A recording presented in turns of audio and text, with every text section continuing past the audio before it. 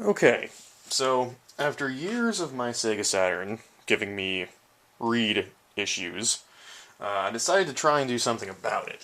Specifically because my copy of Guardian Heroes was not reading. Some games were. I don't really know why some were and some weren't. Perhaps the amount of data on there that needed to be read, I don't know. But I decided to try and fix it, and I found a nice little tutorial from YouTube user RetroRepair. Nice English fellow, and this is basically a response to his. This is for people who have really never opened up any system before. It's quite simple. Basically what's happening, if you listen to your Sega Saturn, you might be hearing what almost sounds like something rubbing up against the disc. It might be really faint, but that's enough to do it. What's actually happening is the spindle in the middle has been pushed down from years of putting discs inside, and it's causing the disc to slightly rub up against this surface, and I guess causing issues with reading. I'm not sure why. But what needs to be done is this spindle needs to come back up and create clearance so you won't hear any friction. So, what you gotta do is take your beloved Saturn, flip her over. There's not many screws. There's one here on both sides of the front feet, one on the left side, and then I believe one or two in the back, One near your power supply and your AV connection, and one near the battery cover. And that's pretty much it. And then you just kind of grab where the grooves are, kind of pop her open. She might snap a little bit. She's a bit snappy. Now I can't get it back open. There we go. Don't worry, if it sounds like you broke it, you probably didn't. It's just the snaps coming off. Nothing to worry about. And this is what the inside of a Sega Saturn looks like. Something that I never thought I'd see up until a couple days ago. So, to get to the spindle that is spinning our little spindle, we have to take off this housing. It may look like it doesn't come off, but there are snaps that go into this metal plate here. So you can just grab it up front, very close to these rubber feet here. Squeeze and lift. Lift it up and then give it a little wiggle to get it out of the back. There you go. And here we have the laser housing. Now, let me see if I can get a better shot of this. Take off the tripod. Okay.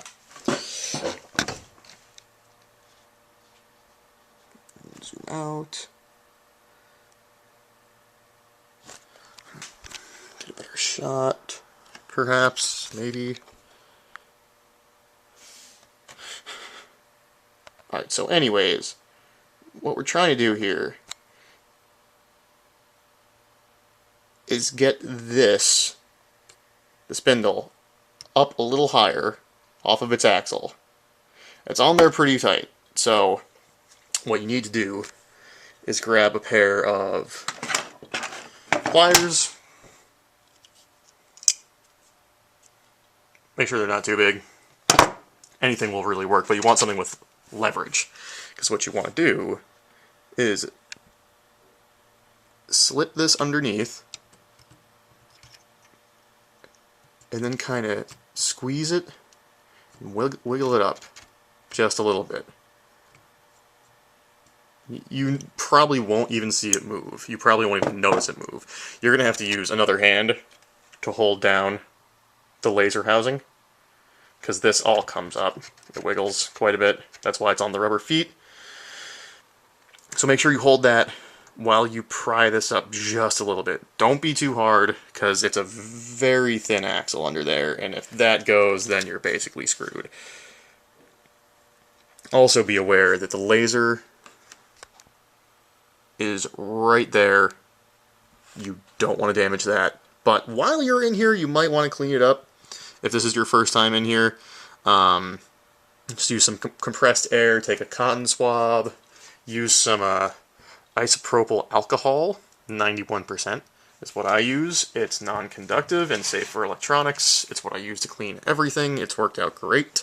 You can get it at Walgreens, CVS. I think that cost me $2 for almost a liter. Might as well clean everything else out. If you're having issues, this little ribbon cable over here, which leads from the laser housing to the motherboard underneath, you can just take this out, just pry it up on this side, then pry it out this way on the laser housing. Take that out, clean it up with isopropyl alcohol, dry it, give it a little rub, make sure nothing's been corroding, but that can have, that can make complications with reading, because that's basically sending the information to the console from the laser. So let's put everything back together now that you've taken your spindle and moved it up a little bit. You can put this back on the tripod.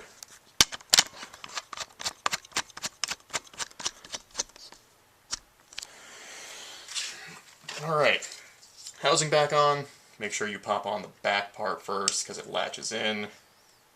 Bring her down. Give her a little push. Snaps in. And you'll notice that the disc, the spindle ring, I guess you could call it, is slightly above where the housing lies. And that's what you want. You want to create clearance. Pop the cover back on. Now, I think this is a Model 2 Saturn, so it might pop on a little different on the other models. Sometimes the reset button doesn't go back to where it needs to be. It doesn't lie on top of the long pole that pushes it on the motherboard. Just be aware of that. If your reset button feels dead, you just need to open it back up. Replace the screws if you wish. If it doesn't work, you may have to go back in and move the spindle up a little bit more. Hook everything back up. Now, this should solve a good portion of disk not suitable for system, or the disk showing up as like a CD for some reason, which is quite annoying, especially after you spend $80 on a copy of Guardian Heroes. So,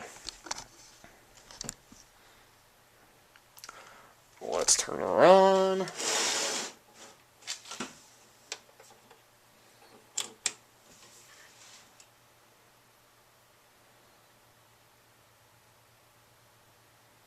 Everything sounds right. Probably help if I turn the TV on.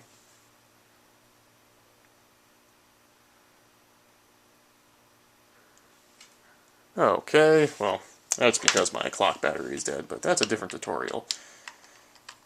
Very easy.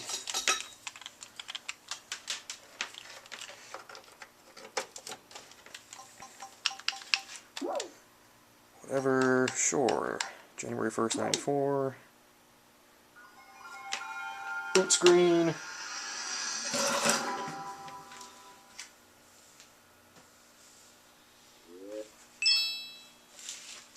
Drive empty. Yes, it is. Drive open. Right again. Checking disk format.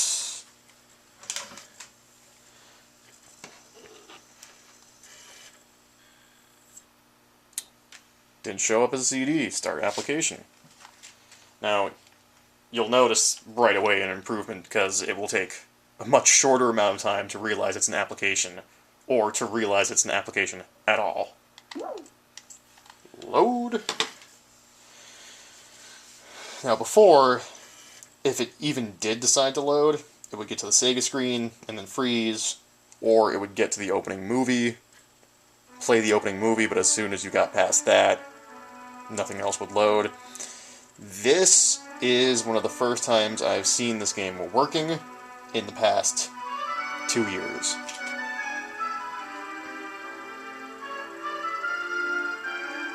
So, if that doesn't fix your problem, you might have to adjust the resistance on the laser. That is a different tutorial, but you can look up RetroRepair, one word, on YouTube, and he will show you in a fantastic accent how to adjust the resistance on your laser. It's not as scary as it sounds, but you might need something called a multimeter to do so. Or you can guess, but you risk shortening the life of your Sega Saturn. So anyways, I am Mr. Professor Chaos on YouTube. I hope I helped your Sega Saturn, and I hope